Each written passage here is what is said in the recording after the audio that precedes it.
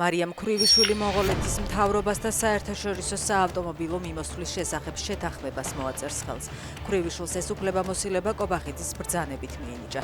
დოკუმენტებში ნათქვამია, რომ შეთანხმება ორ ქვეყანას შორის სატრანსპორტო კავშირის გაძლიერებას ისახავს მიზნად.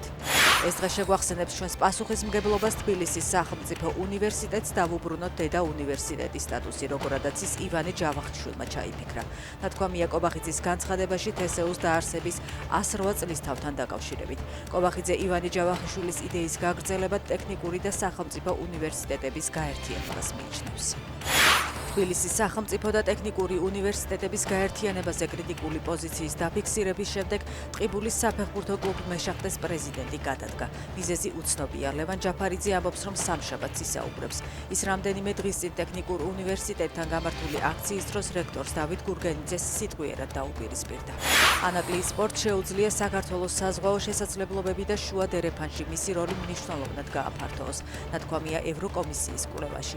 დოკუმენტში აღნიშნულია, რომ ანაკლიის ღრმაწყლოვანი პორტის პროექტი პოლიტიკურია და ამჟამად ის ჩინური კომპანიის ხელმძღვანელობით ხორციელდება. კვლევაში აღნიშნულია, რომ ჩინეთისა და ევროპის დამაკავშირებელ გზაზე საქართველოს ერთ-ერთი მნიშვნელოვანი როლი აქვს.